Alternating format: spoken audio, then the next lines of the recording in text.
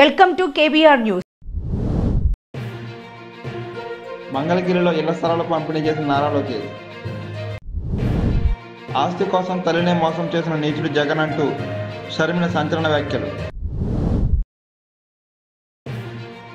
ప్రమాదాలకు నిలయంగా మారుతున్న బ్రాంతి షాపు. తిరుపతి నుండి పళని వెళ్లే బస్సును ప్రారంభించిన ఉప ముఖ్యమంత్రి పవన్ కళ్యాణ్.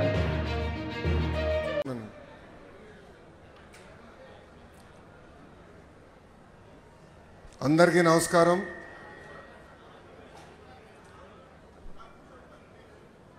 జీవితంలో మనం తీసుకున్న కొన్ని నిర్ణయాలు మన్నే మార్చేస్తుంది. 2019లో నేను ఒక నిర్ణయం తీసుకున్నాను. నాకు పరిచయం లేని నియోజకవర్గంలో పోటీ చేయాలని.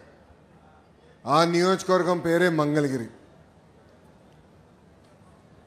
ఆనాడు అతి తక్కువ సమయం ఉన్నందుక నేనేంటో మీకు అర్థం అవ్వలేదు, మీ సమస్యలు ఏంటో నేను తెలుసుకోలేకపోయా. 20 రోజుల్లో నేను వచ్చిన 20 రోజులకి ఎన్నికలు అయిపోయినాయి. 5300 ఓట్లతో ఆనాడు నేను ఓడిపోయా. ఓడిపోయిన రోజు బాధ కలిగింది. రెండో రోజు నుంచి ఆ బాధ ఆవేదన నాలో కసి పెంచింది. ఇంకా కష్టపడాలి, మంగళగిరి ప్రజల మనసు గెలుచుకోవాలి, ఏ మెజారిటీ అయితే ఓడిపోయినో దాని పక్కన ఒక 0 పెట్టుకుని గెలవాలి అనే లక్ష్యంతో ఓడిపోయిన మరుసటి రోజు నుంచి నేను మీకోసం పనిచేశా. తెలుగుదేశం పార్టీ నాయకత్వంతో దాదాపు 26 సంక్షేమ అభివృద్ధి కార్యక్రమాలు మంగళగిరి ప్రజల కోసం మేము చేస్తాం జరిగింది. మీకు ఆరోగ్యం బాగాలేకపోతే ఎన్టీఆర్ సంజీవిని పేరుతో మంగళగిరిలో ఒక క్లినిక్, తాడేపల్లిలో క్లినిక్, దుగ్గరాలకు ఒక మొబైల్ క్లినిక్ పెట్టి ఉచితంగా చికిత్స కాదు మందులు కూడా ఈరోజు కూడా మేము ఇస్తున్నాం. ఎక్కడన్నా నీటి సమస్య ఉంటే వాటర్ ట్యాంకర్లు పెట్టి నీళ్లు తోలాం. పిల్లలకి బాగా చదువుకున్నారు, ఉద్యోగాలు ఉపాధి కావాలంటే వాళ్ళకి స్కిల్ డెవలప్మెంట్ కూడా ఆనాడు మేము చేసాం. ఇంకా ఇంట్లో పెళ్లి జరిగితే నేను రాలేకపోతే స్వయంగా బట్టలు కూడా పెడతాం జరిగింది. నిరుపేద కుటుంబాలు సొంత కాలుపై నిలబడాలన్న ఆలోచనతో తోపుడు బండ్లు ఇచ్చాం. మహిళలకి ఆర్థిక స్వాతంత్రం రావాలని కుట్టు మెషినే కాదు ట్రైనింగ్ మరి ఇచ్చి కుట్టు మెషిన్ అందజేసి ఈరోజు వాళ్ళ పని కూడా మేము కల్పిస్తున్నాం. కోవిడ్ వస్తే ప్రభుత్వం అని మర్చిపోయింది, కానీ ఆనాడు నేను మర్చిపోలేదు. ఆక్సిజన్ కానీ మందులు కానీ అమెరికా డాక్టర్ల ద్వారా ఆన్లైన్లో చికిత్స కూడా అందజేశాం. అవసరమైన మందులు ఇచ్చాం. ఇట్లా 26 సంక్షేమ అభివృద్ధి కార్యక్రమాలు మంగళగిరి ప్రజలకి నేను చేశా. అది మీరు చూసి మొన్న జరిగిన ఎన్నికల్లో అందరికీ దిమ్మ తిరిగే విధంగా 91,000 మెజార్టీ నన్ను గెలిపించి మీరు నన్ను శాసనసభకు పంపించారు. 2024 ఎన్నికల్లో నేను ఒక కార్యక్రమం, రచ్చబండ కార్యక్రమం పెట్టుకుని మీ దగ్గరకు వచ్చా. అక్కడ పార్టీ జెండాలు లేవు, బ్యాక్ డ్రాప్ లేవు. సరదా కూర్చుని నేను చెప్పాల్సిన 10 నిమిషాలు చెప్పి మీ సమస్యలు తెలుసుకుని ఆనాడు స్పష్టమైన హామీ ఇచ్చా. దాంట్లో భాగంగా మీరందరూ నన్ను కోరారు. 2.5 దశాబ్దాల నుంచి ఇది ఒక కళ మాకు, ఇంటి పట్టాలు మాకు కావాలి, మీరు ఏం చేస్తారో మాకు తెలియదు, ఆ పట్టాలు మటుకు మాకు ఇప్పించండి అని మీరు చెప్పారు. అది ఇప్పుడు కూడా నా బాగా గుర్తు. ఆనాడు మీకు చెప్పా 3 విడతలుగా ఈ కార్యక్రమం జరుగుతుంది. కొంతమంది సులభంగా చేసాక ఉంటుంది, అది ప్రభుత్వ నిర్ణయం మేరకు నడుస్తుంది, అది మొదటి విడతలో జరుగుతుందని చెప్పా. రెండవది ఎండోమెంట్ భూములు, ఇంకో పక్కన రైల్వే భూములది ఇంకొంచెం సమయం పడుతుందని చెప్పా. అతి కష్టమైన పని ఈ కాలువ పైన ఉన్న ఇల్లు కానివ్వండి, అటవీ భూమిలో ఉన్న ఇల్లు, అది అందరితో మాట్లాడాలి, 2-3 సంవత్సరాలు పడుతుంది, బట్ నేను చేసి తీరుతానని ఆనాడు హామీ ఇచ్చా. కరెక్ట్గా 10 నెలలైంది ప్రజా ప్రభుత్వం ఏర్పడి. 10 నెలల్లో మొత్తం ఎన్యూమరేషన్ చేశాం, ఇంటికి కొలతలు తీశారు. అధికారులే కాదు, అన్ని పార్టీలకు సంబంధించిన నాయకులు వచ్చారు, కొలతలు తీశారు, వివరాలు కనుక్కున్నారు. ఆ వివరాలు తెలుసుకున్న తర్వాత నేనే స్వయంగా రెవెన్యూ మంత్రి అనగాని సత్యప్రసాద్ గారితో, గౌరవ ముఖ్యమంత్రి గారితో అనేక సార్లు మాట్లాడి ఏకంగా అది క్యాబినెట్కి తీసుకెళ్ళి క్యాబినెట్లో ఆమోదం తెలిపిన తర్వాతనే ఈ కార్యక్రమం మన ముందలు తీసుకెళ్లే పరిస్థితి. మీరందరూ ఒక్కసారి గుండెపైన చేపెట్టి ఆలోచించారు. గత 2.5 దశాబ్దాలుగా మీకున్న కళ ఇది. అనేక మంది నాయకులు మీరు కలిశారు. జిరాక్స్ ప్రింటింగ్లకే విపరీతంగా ఖర్చు అయిపోయింది, కాగితాలు ఇచ్చేదానికి ఖర్చు అయింది. అలాంటిది వేదికమైన నాయకులందరం మేము కష్టపడి, మీ దగ్గర ఒక బాటిల్ నీళ్ళు కూడా మేము తాగలేదు, మీకోసం కష్టపడి అవినీతి లేకుండా ఈరోజు మీకు ఇల్లు పట్టాలు మేము ఇస్తున్నాం. పెద్దలు ఇప్పుడే చెప్పారు, దాదాపు మొదటి విడతలో మార్కెట్ విలువ 1000 కోట్ల విలువైన ఆస్తిని ఈరోజు మీకు శాశ్వతంగా హక్కు కూటమి ప్రభుత్వం అందజేస్తుంది. తల్లి మీ అందరికి ఆనాడే చెప్పా, నాకు మీరు ఎంత ఎక్కువ మెజారిటీ ఇస్తే అంత బలం వస్తుందని. 100 పడకల హాస్పిటల్ నేను క్యాబినెట్ మీటింగ్లో అడిగితే కాదని ఎవరు అనలేకపోయారు. దానికి కారణం మీరు నాకు ఇచ్చిన మెజారిటీ. దేవాలయం అభివృద్ధికి నేను నిధులు అడితే కాదని అనలేకపోయారు.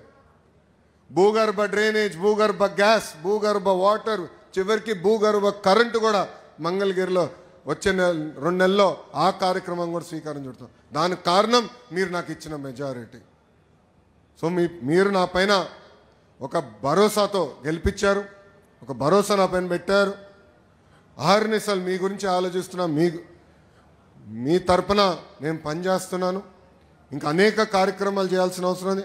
ఒక పక్కన బాబు సూపర్ 6 సంక్షేమ కార్యక్రమాలు గౌరవ ముఖ్యమంత్రి గారు చాలా స్పష్టంగా హామీలు ఇచ్చారు. అదొక పద్ధతి ప్రకారం చేసుకుంటూ వెళ్తాం. ఇంకో పక్కన వచ్చి గల ప్రత్యేకంగా మంగళగిరికి వ్యక్తిగతంగా నేను హామీలు ఇచ్చా. పార్కులు, చెరువులు, కళ్యాణ మండపాలు, gems jewellery park, handloom cluster, ఇట్లా ప్రత్యేక హామీలు నేను మంగళగిరి నియోజకవర్గానికి ఇస్తాం జరిగింది. ఆ ఒక్కొక్క హామీ నేను నెరవేర్చే పనిలో ఉన్నానని మీ అందరూ తెలుపుకుంటూ 100 పడకల ఆసుపత్రి కూడా త్వరలో, చిల్లపల్లి గారు ఎక్కడున్నారు, అన్నగారు ఇక్కడనే ఉన్నారు, ఆయనది బాధ్యత, ఇంకా నాది కాదు. ఎందుకంటే ఆయన చైర్మన్, ఇప్పుడు బాధ్యత మొత్తం అయిందే. ఏప్రిల్ 13వ తారీఖు మేము శంకుస్థాపన చేస్తున్నాం. కరెక్ట్గా 1 సంవత్సరం అంటే 2026 ఏప్రిల్ 13న మళ్ళీ ఓపెనింగ్ చేయబోతున్నాం అని ఈ సభాముఖంగా ప్రజలందరికీ నేను తెలుపుకుంటూ, వేదికమైన ఉన్న బీజేపీ నాయకులు, జనసేన నాయకులు, తెలుగుదేశం పార్టీ నాయకులు, మేమందరం కలిసికట్టుగా ఈ కూటమి ప్రభుత్వంలో ప్రజలకు సేవ చేసేందుకు వచ్చా, మీకోసం పోరాడడానికి వచ్చాను. అహర్నిశలు మీకోసం కష్టపడతాం.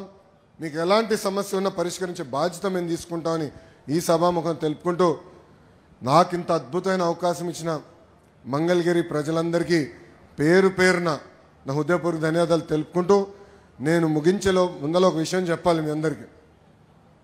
ఎన్నికలప్పుడు అందరం సర్వేలు చేస్తాం. మంగళగిరి సర్వే, కుప్పం సర్వే పక్కన పెడితే మనం ఇంకా వెనుకబడి ఉన్నా. నేను తలగొక్కున్నాను, ఇంత పని చేసాం ఏంటి ఇంకా వెనుకున్నాం కుప్పానికని. కానీ ఎక్కడో అనిపించింది, లేదు మనోళ్ళు చెప్పరు కానీ ఓటింగ్కి వెళ్ళినప్పుడు గుద్దేస్తారని.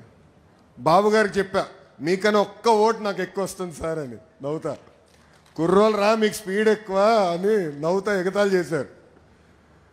కుటుంబం అందరూ నా ఎగతాళి చేశారు. కానీ ఎప్పుడైతే మీరు ఈ మెజారిటీ చూపించారో ఆ రోజే బాబు గారు డిసైడ్ అయ్యి, లేదు మీరు బాగా కష్టపడ్డారు, మీ దగ్గర నుంచి మిగతా నియోజకవర్గాలు నేర్చుకోవాల్సిన చాలా అవసరం ఉందని నేను చెప్తాం కూడా జరిగింది.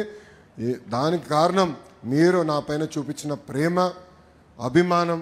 మిమ్మల్ని గుండెల్లో పెట్టుకుని పనిచేస్తానని మీ అందరు తెలుపుకుంటూ మీ అందరి దగ్గర నుంచి సెలవు తీసుకున్నా. అందరికీ నమస్కారం. జై హింద్. కాంగ్రెస్ పార్టీ పోలవరం మీద ఉద్యమం చేస్తుంది. స్పెషల్ స్టేటస్ మీద కాంప్రమైజ్ అవ్వటం లేదు, పోలవరం ప్రాజెక్టు మీద కాంప్రమైజ్ అవ్వటం లేదు. ఆంధ్ర రాష్ట్ర ప్రజల భవిష్యత్తే కాంగ్రెస్ పార్టీకి ముఖ్యం.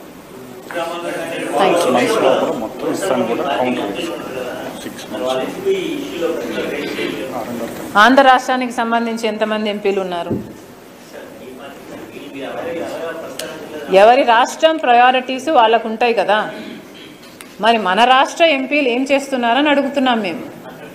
టీడీపీ అవునండి, కానీ వాళ్ళు మన రాష్ట్రానికి చెందిన వాళ్ళ రాష్ట్రంలో సమస్యలు ఉండవా?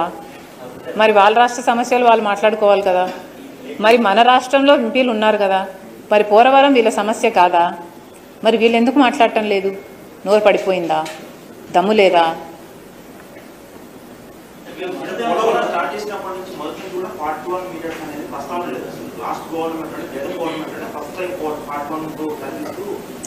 అదే చెప్తున్నాం, బీజేపీ కుట్రలో భాగమైన వాళ్ళల్లో జగన్మోహన్ రెడ్డి గారు కూడా ఉన్నారు, చంద్రబాబు గారు కూడా ఉన్నారు. ఫస్ట్ అయితే ఏం, సెకండ్ అయితేనేమమ్మా, వీళ్ళు ఇక్కడే ఉన్నారు కదా ఎంపీలంతా, తెలుగుదేశం ఎంపీలు వీళ్ళే కదా సపోర్ట్ చేసేది అక్కడ బీజేపీకి. మరి వీళ్ళ తెలివి ఎక్కడ పోయింది? బడ్జెట్లో ఇది ప్రవేశపెడుతుంటే ఇది 41 మీటర్స్కి ఎట్లా అవుతుంది అని ఒక్కడు కూడా ఎందుకు నిలదీయలేదని అడుగుతున్నాం. అవును, ఇప్పుడు ఎందుకు కరెక్ట్ చేయటం లేదు? మరి ఇప్పుడు కరెక్ట్ చేయాల్సిన బాధ్యత ఉంది కదా. 41 మీటర్స్కి వాళ్ళు కుదిస్తున్నారు అంటే మనం సరే అందామా? మనం సరే అంటే మనం ఎన్ని లక్షల ఎకరాలకు నీళ్ళు ఇస్తున్నాం? రాజశేఖర రెడ్డి గారు తలంచింది 30 లక్షల ఎకరాలకు నీళ్ళు వస్తుంది. ఇప్పుడు చంద్రబాబు గారికి దమ్ముంటే చెప్పండి, ఎన్ని లక్షల ఎకరాలకు నీళ్ళు ఇస్తారు మీరు? 45 మీటర్స్ మినిమం స్టోరేజ్ కెపాసిటీలోనే ఈ ప్రాజెక్టు నడిపితే ఎన్ని లక్షల ఎకరాలకు నీళ్ళు ఇవ్వబోతున్నారు? ఎన్ని మెగావాట్ల ప్రాజెక్టు కట్టబోతున్నారు? ఎక్కడెక్కడ నీళ్ళు ఇవ్వబోతున్నారు? స్టెబిలైజేషన్ ఎక్కడెక్కడ చేయబోతున్నారు? మ్యాప్ మీద మొత్తం పెట్టండి, శ్వేతపత్రం రిలీజ్ చేయండి అని అడుగుతున్నాం.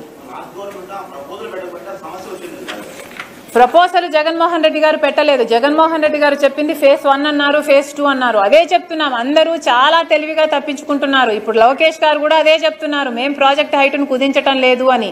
తెలివంతా మీకే ఉంది. ప్రాజెక్ట్ హైట్ కుదిస్తున్నారని మేము కూడా అంటం లేదు.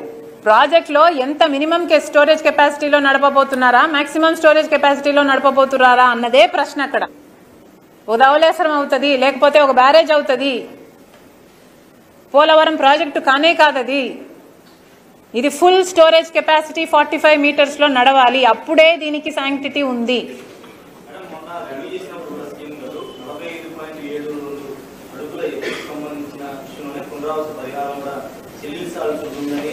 మరి ఇక్కడ ఎందుకు మాట్లాడటం లేదు? పోనీ ఇప్పుడు ఈ రోజు మేము ప్రెస్ మీట్ పెట్టాము, రేపు ముఖ్యమంత్రి గారు ప్రెస్ మీట్ పెట్టి ఈ క్లారిఫికేషన్ ఇవ్వాలి.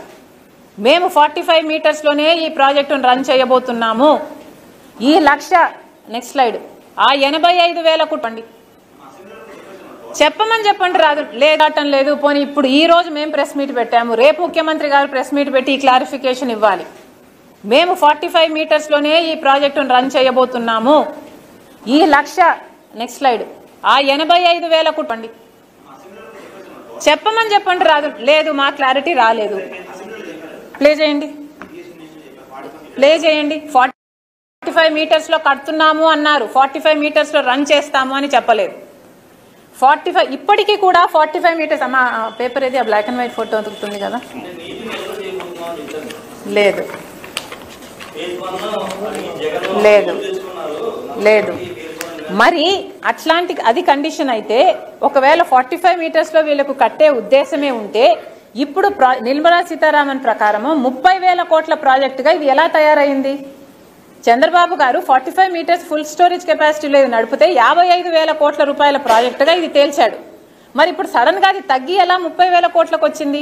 ఇప్పుడు వీళ్ళు అంటున్నది ఏమిటంటే 30,000 కోట్ల రూపాయలు ప్రాజెక్టుగా ఈ ప్రాజెక్టు కాస్ట్ తగ్గుతుంది. ఇట్లే తెచ్చారు.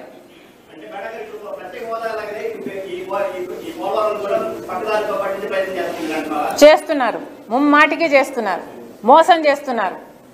మోడీ చేస్తున్న మోసంలో చంద్రబాబు గారు, పవన్ కళ్యాణ్ గారు, జగన్మోహన్ రెడ్డి గారు అందరూ భాగమయ్యారు.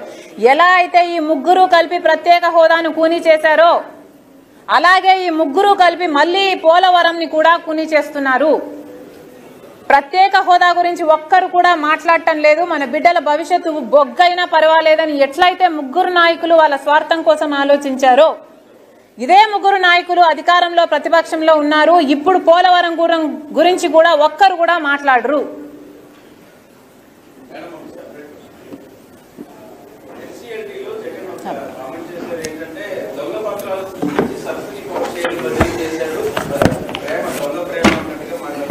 మసాలా మసాలా మసాలా.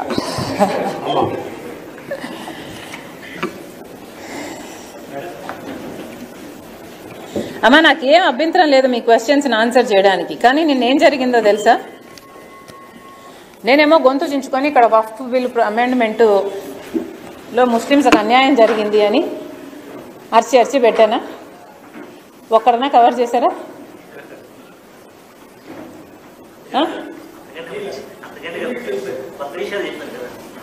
చెప్పాను నేను ఇప్పుడు. అందుకే ఇంతగా నేను గొంతుకు దించుకొని పోలవరం గురించి మాట్లాడే కదా, నేను ఏం మాట్లాడినా అదే కవర్ అవుతుంది. I'm not here for me, I'm here for the Congress party. I'm the chief of Congress party. ఏమనుకుంటున్నారండి మీరంతా? పోనీ అది కూడా కవర్ చేశారు, ఇది కూడా మీరు క్వశ్చన్స్ అడిగితే నాకు చెప్పడానికి అభ్యంతరం లేదు. బట్ ద హోల్ థింగ్ అసలు మొత్తానికి మీరు అసలు నన్ను కవరే చేయరు. సో నేను ఇక్కడ రాజకీయాల్లో ఉన్నది నేను జగన్మోహన్ రెడ్డి గారిని బీట్ చేయడానికి మాత్రమేనా? ఎట్లా కనిపిస్తున్నారు? మీకు అందరికీ కూడా అర్థం కావాల్సింది ఏమిటి అంటే, రాహుల్ గాంధీ ప్రధానమంత్రి కాకపోతే ఆంధ్ర రాష్ట్రానికి ప్రత్యేక హోదా రాదు, పోలవరం ప్రాజెక్టు ఫుల్ కెపాసిటీలో రన్ కాదు, 30 లక్షల ఎకరాలకు నీళ్లు రావు. మీకు అందరికీ అర్థం కావాల్సింది ఏమిటి అంటే, కాంగ్రెస్ పార్టీ అధికారం లేకొస్తే మాత్రమే ఇవన్నీ సాధ్యము. I'm here for that. Congress party బలపడితేనే ముస్లింలకు కానీ, మైనారిటీలకు కానీ, బడుగు బలహీన వర్గాలకు కానీ న్యాయం జరుగుతుంది, రాజ్యాంగం బ్రతుకుతుంది, ప్రజాస్వామ్యం బ్రతుకుతుంది. ఇవన్నీ ఒక ఎత్తు అయితే, మన రాష్ట్రానికి ప్రత్యేక హోదా కావాలన్నా, విభజన హామీలలో ఏ ఒక్కటి నెరవేరాలన్నా కాంగ్రెస్ పార్టీ అధికారంలోకి రావాలి. దేశం మొత్తానికి రాహుల్ గాంధీ ప్రధానమంత్రి అవ్వాల్సిన అవసరం ఉందో లేదో కానీ ఆంధ్ర రాష్ట్రానికి చాలా చాలా ఉంది. ఎందుకంటే ఒక రాహుల్ గాంధీ ప్రధానమంత్రి అయితేనే ప్రమాదాలకు నిలయంగా మారుతున్న బ్రాందీ షాప్. జాతీయ రహదారి పక్కనే బ్రాందీ షాపు ఏర్పాటు చేసి ప్రజల ప్రాణాలతో చెలగాటమాడుతున్న యాజమాన్యం. రహదారులకు దూరంగా ఉండవలసిన ఈ బ్రాందీ షాపు జాతీయ రహదారులకు చేరువలో ఉండడంతో వాహనదారులకు మద్యం అందుబాటులో ఉంటుంది. బ్రాందీ షాపుల యాజమాన్యం తమకు వచ్చే ఆదాయాన్ని ప్రజల ప్రాణాలతో చెలగాటమాడుతున్నారు.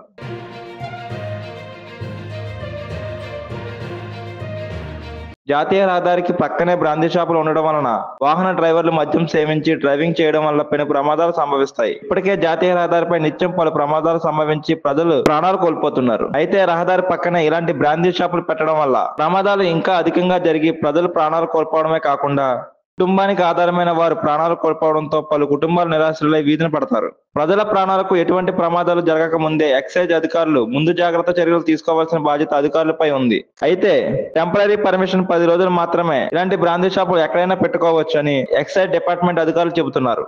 అవసరమైతే మరికొన్ని రోజులు పెంచే అవకాశం కూడా ఉంటుందని చెప్తున్నారు. పోతే ప్రజల ప్రాణాలే కదా అని అధికారులు సైతం తాపీగా సమాధానం చెబుతున్నారు.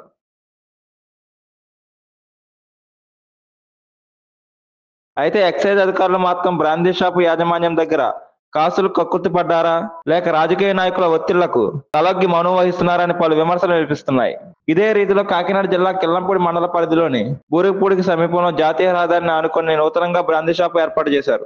అయితే ఈ బ్రాందీ షాపు జాతీయ రహదారికి పక్కనే ప్రారంభించారు. దీనిపై పెద్దాపురం ఎక్సైజ్ సీఎను కేబీఆర్ న్యూస్ వివరణ కోసం ప్రయత్నించగా ఆయన అందుబాటులోకి రాలేదు. ఒకవేళ అందుబాటులోకి వచ్చినా ఆయన చెప్పే మాట ఇదే, ఎటువంటి బ్రాందీ షాప్ కైనా 10 రోజుల పాటు టెంపరరీగా పర్మిషన్ ఇస్తామని, ఈ 10 రోజుల్లోపు పర్మనెంట్ గా నిబంధనల ప్రకారం వేరే చోట బ్రాందీ షాప్ ను ఏర్పాటు చేసుకోవాలని, లేని పక్షంలో ఆ షాప్ కు వచ్చే స్టాక్ నిలిపివేస్తామంటారు.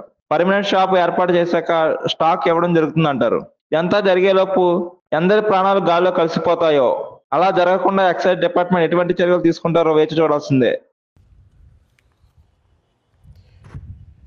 తిరుపతి పళని బస్సు సౌకర్య ప్రారంభోత్సవం సందర్భంగా ఇక్కడికి విచ్చేసిన విశిష్ట అతిథులందరికీ, వేదిక పైన ఆసీనులైన రవాణా యోజన క్రీడా శాఖ మార్చులు శ్రీ మండిపల్లి రామప్రసాద్ రెడ్డి గారికి, ప్రత్యేక అతిథులు civil supplies minister Shri Nadendla Manohar గారికి, ఎమ్మెల్సీ పిడిగి హరిప్రసాద్ గారికి, ఎమ్మెల్యే ఆర్ఎన్ శ్రీనివాసులు గారికి, చల్లపల్లి శ్రీనివాస్ గారికి, కొనకల నారాయణరావు గారికి, ఆంధ్రప్రదేశ్ రాష్ట్ర రోడ్డు రవాణా సంస్థ చైర్మన్, అలాగే former DGP, present commissioner APTTC ex officio VCMD Shri Dwaraka Tirumala Rao గారికి, ఇక్కడికి వచ్చేసిన ప్రతి ఒక్కరికి నా ప్రత్యేక నమస్కారాలు. அப்படி தமிழ்நாட்டில் வந்து திரு கார்த்திகேயன் அவர்கள், திரு சிவகுமார் அவர்கள் கந்தசஷ்டி கவசம் பாட்டு உங்களுக்கு ரொம்ப நன்றி. பழனியிலேருந்து வந்த பாலாஜி அவர்கள், ஸ்ரீ பாலாஜி அவர்கள், திரு சுப்பிரமணியம் அவர்கள், Tamil Nadu state Kandan charitable trust representative and heads of Palani town citizen forum, உங்களுக்கு எல்லாருக்கும், தமிழ்நாடு மக்களுக்கு எல்லாருக்கும் வணக்கம். திஸ் இஸ் పళని మనం ఆరుప్పడి వీధి అని சொல்லுவாங்களே సార్, అది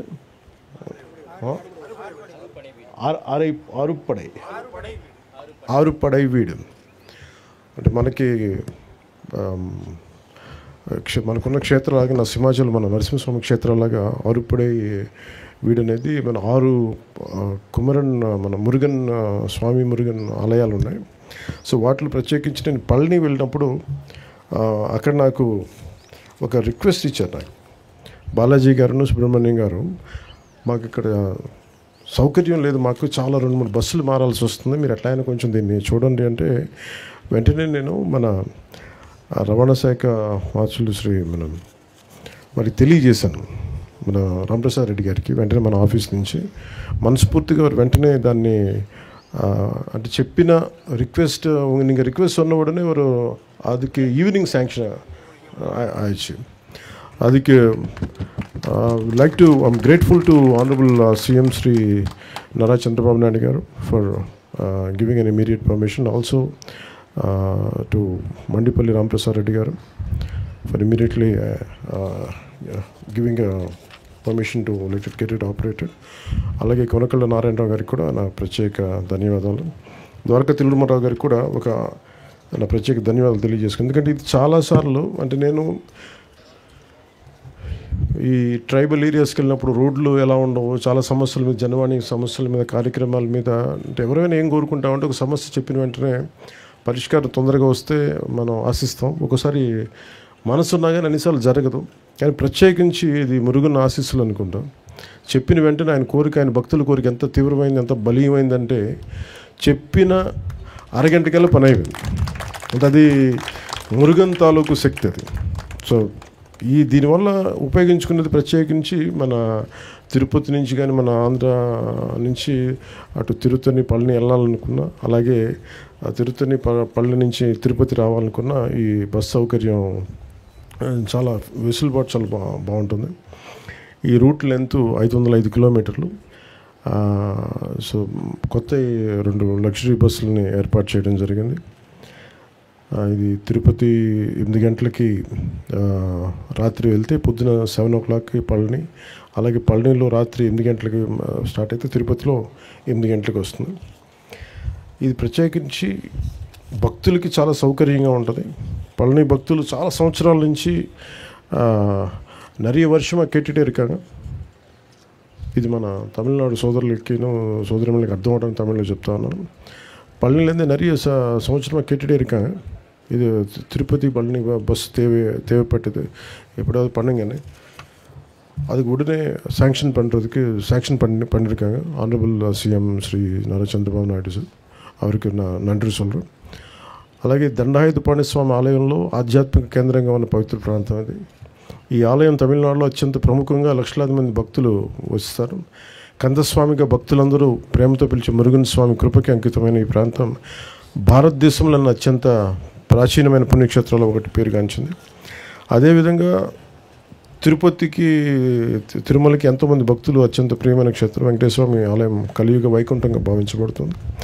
ప్రతిరోజు లక్షలాది మంది భక్తులు ఈ పవిత్ర స్థలాన్ని దర్శించడానికి దేశం నలుమూల నుంచి వచ్చి స్వామివారి ఆశీస్సులను పొందుతూ ఉంటారు.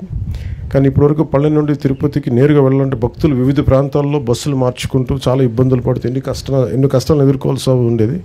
వృద్ధులు, మహిళలు, చిన్నపిల్లలను వేసుకొని ఇలాంటి ప్రయాణాలు చాలా తీవ్రమైన ఇబ్బందికి గురవుతారు. సో నేను ఫిబ్రవరిలో 2వ వారంలో వెళ్ళినప్పుడు జరిగిన నాకు రిక్వెస్ట్కి వెంటనే స్పందించడం జరిగింది. వెంటనే బస్సులు వేయడం జరిగింది. సో భక్తుల అవసరాన్ని అర్థం చేసుకుని తక్కువ ఖర్చుతోటి, అంటే ఇందాక మీకు ఆ ఖర్చు కూడా ఏంటంటే ఒక 680 రూపాయలు పెద్దలకి, 360 రూపాయలు చిన్నపిల్లలకి, తక్కువ ఖర్చుతో భద్రతతో కూడిన ప్రయాణాన్ని అందించేందుకు గౌరవ ముఖ్యమంత్రి శ్రీ నారా చంద్రబాబు నాయుడు గారి నేతృత్వంలోని కూటమి ప్రభుత్వం వెంటనే నిర్ణయం తీసుకుంది. ఈ సమస్యను పరిష్కరించడానికి తిరుపతి పళని నేరుగా బస్సు సేవల్ని ప్రారంభిస్తుంది.